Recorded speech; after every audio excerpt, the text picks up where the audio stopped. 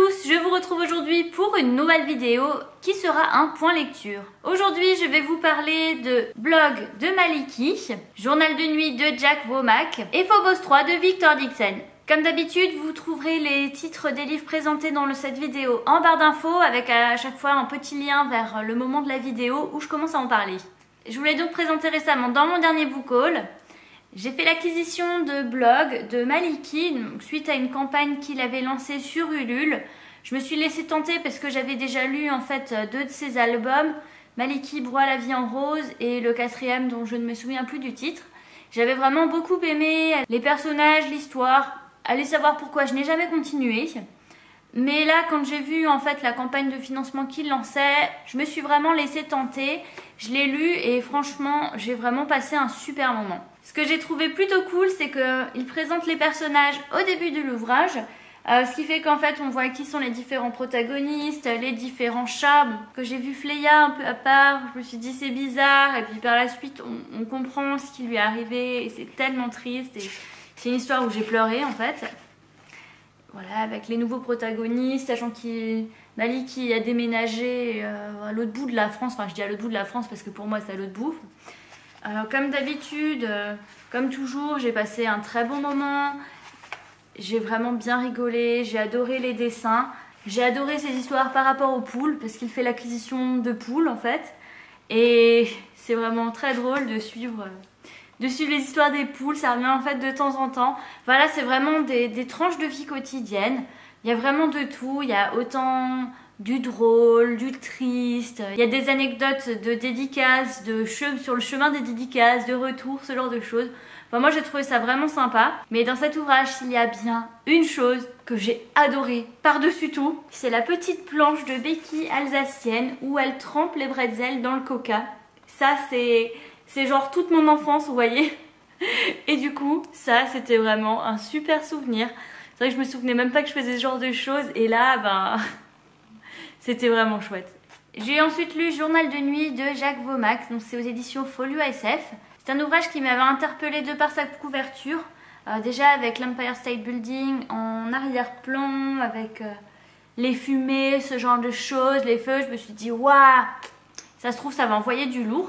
Cette histoire, c'est celle d'une famille aisée qui va vivre sa descente aux enfers à cause d'une grosse crise économique qui frappe les États-Unis. Tout cela est raconté par Lola, une jeune fille de 12 ans si je ne me trompe pas, qui va raconter ça dans son journal. Forcément, qui dit journal intime et jeune fille, dit qu'il ne va pas y avoir forcément des réflexions sur la politique, sur ce qu'il se passe en ce moment. On va dire que la jeune fille a déjà beaucoup à gérer entre la crise qui touche sa famille, parce que forcément le père est scénariste, mais il n'arrive plus du tout à vendre de scénario. La mère est institutrice, mais elle ne trouve plus du tout de travail. Enfin bref, ils sont dans la dèche, ils vont devoir déménager dans un quartier qui craint un peu. Dans ce roman, on va vraiment suivre les questionnements de la jeune fille, que ce soit sur l'amitié, sur la sexualité, sur la violence. Et je ne voulais pas préciser, mais c'est un roman qui se passe vraiment sur une période de 5 mois. Donc du moment où Lola reçoit son journal intime, à la fin du roman, que je ne vais pas vous spoiler, voilà. En tout cas, c'est un roman, j'ai eu un petit peu de mal avec l'écriture au début parce qu'elle est un peu bizarre. Je veux dire, il y a une absence de ponctuation, ce genre de choses. Après, je pense que c'est fait exprès de toute façon dans la version originale parce que forcément, quand on a 12 ans, on n'écrit vraiment pas correctement du tout. Voilà, c'est pas qu'on ne sait pas écrire, hein, mais je veux dire, la ponctuation, c'est pas le truc le plus important. Je pense que le traducteur a quand même beaucoup galéré à réussir à retranscrire ça de façon un peu normale. Mais c'est vrai que là, le début était un peu bizarre, mais je me suis dit, allez, c'est normal, c'est un journal intime, c'est pas parfait. Et forcément, j'ai réussi à rentrer dans l'histoire. Alors ce roman, hein, il est classé en science-fiction, mais vous devez vous dire que c'est vraiment uniquement un récit d'anticipation. Nous sommes ici en fait dans une Amérique en pleine crise, donc le récit a été écrit dans les années 90-95 il me semble, si je me souviens bien de ce que j'ai lu à l'intérieur du roman. Donc forcément il y a plein de choses que les personnages n'ont pas, je veux dire téléphone portable, ce genre de choses, c'est normal. Ici on va vraiment suivre la crise des États-Unis, certes pas vraiment expliqué puisque encore une fois c'est écrit par une jeune fille. On va suivre vraiment la descente aux enfers de cette famille, mais il faut se dire que c'est ce que vivent pas mal de familles à ce moment-là. On va malheureusement devoir côtoyer de la violence urbaine, les militaires, la mort, enfin bref. C'est pas un roman vraiment joyeux quoi, hein. C'est un roman, je l'ai vraiment lu jusqu'au bout parce que j'avais vraiment envie de savoir ce qui allait se passer. Mais je vous avoue que c'est pas le roman dont je retiendrai un souvenir impérissable. Loin de là, c'était assez sympathique, mais voilà, je veux dire, sans plus quoi, sans plus. Et enfin, j'ai lu Phobos, le tome 3 de Victor Dixon. Donc c'est aux éditions Robert Laffont dans la collection R. C'est un sacré pavé de plus de 600 pages. Avant ma lecture, je vous avoue que j'avais un petit peu peur de le commencer, j'avais peur d'être déçue. En plus, j'avais vu pas mal d'avis qui étaient assez, je vais pas dire négatifs, mais mitigés. J'ai vu autant des gens qui étaient très contents que des gens qui étaient là genre what the fuck. En premier lieu, je souhaite vraiment remercier les éditions Robert Laffont et la collection R pour l'envoi de ce roman. Sachez que le fait que c'est un service presse ne va pas altérer mon jugement, loin de là. Pour bien me retrouver dans l'histoire, j'ai enchaîné en fait les tomes 1 et 2 avant de lire ce tome 3. J'ai également survolé certains passages d'origine pour vraiment bien me remémorer l'histoire. Ce qui fait que ça m'a quand même aidé à commencer ce roman. Mais je peux déjà vous dire que je ressors vraiment mitigée de ma lecture. Mitigée parce que j'ai vraiment eu une sensation de trop lors de ma lecture. Trop de retournements de situation, trop de révélations, trop de ci, trop de ça. Enfin bref, j'ai vraiment eu l'impression que c'était tiré par les cheveux à certains moments. En plus, voilà, je veux dire, un coup, il y a machin qui fait ça, et puis ensuite, il s'avère que c'est un gentil, et puis c'est de nouveau un méchant, et puis il y en a un qui est mort, et puis il est plus mort, et puis il est de nouveau mort, et puis... Voilà, je veux dire, par rapport à ça, plus j'avançais dans ma lecture, plus j'étais là, genre... Enfin bref, vous voyez ce que je veux dire, hein, le genre de truc où on lit, on souffle en même temps, parce qu'on se dit... Oh, encore. Enfin bref, par rapport à ça, je suis vraiment exaspérée.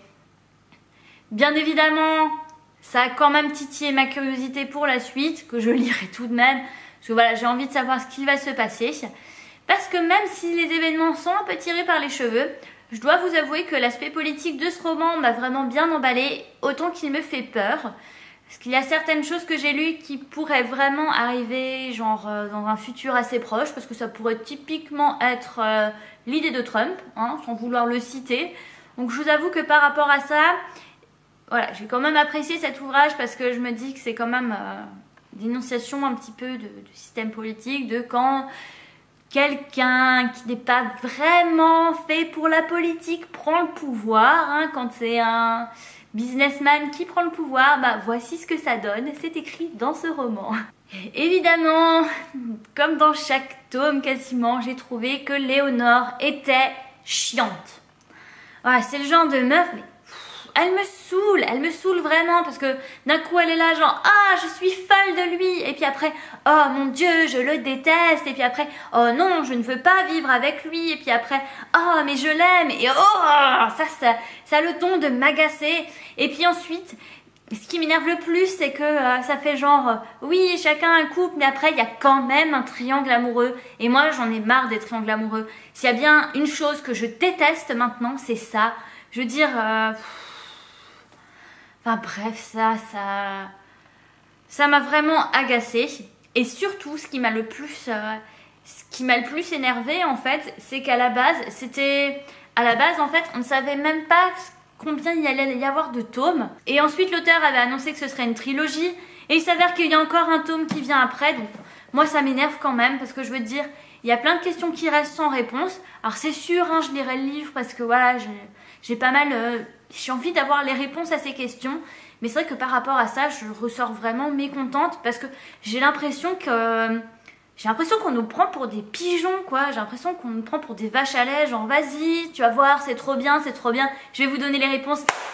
Ah bah non, c'est pas le dernier tome en fait, je vous en réserve encore un. C'est vrai que par rapport à ça, ben ça m'énerve. Moi ça m'énerve en fait quand les auteurs et l'éditeur ils sont pas tout à fait honnêtes, qui nous cachent la vérité. Ça c'est quelque chose qui m'insupporte. Donc c'est vrai que c'est pour ça que je ressors assez mitigée. Après j'ai quand même passé un très bon moment avec ma lecture. Bien que voilà, je vous ai dit tout ce qui m'avait dérangé. j'ai quand même été happée par l'histoire, j'ai quand même eu envie d'en savoir plus, de connaître la suite. Je veux dire, par rapport à ça, voilà, c'était quand même une lecture agréable. Mais si on enlève tout le reste, ben, c'est vrai que je suis vraiment mitigée et déçue par rapport à certaines choses. Alors désolée pour mon emportement, mais c'est vrai qu'il y a certaines choses qui doivent sortir. N'hésitez pas à me dire en commentaire ce que vous avez pensé de Phobos 3 si vous l'avez lu. Et comme toujours, de parler des autres livres, ce que vous me recommandez, enfin bref, tout ça. En attendant ma prochaine vidéo, je vous souhaite de passer une très bonne semaine, d'avoir d'excellentes lectures et je vous dis à bientôt. Bye!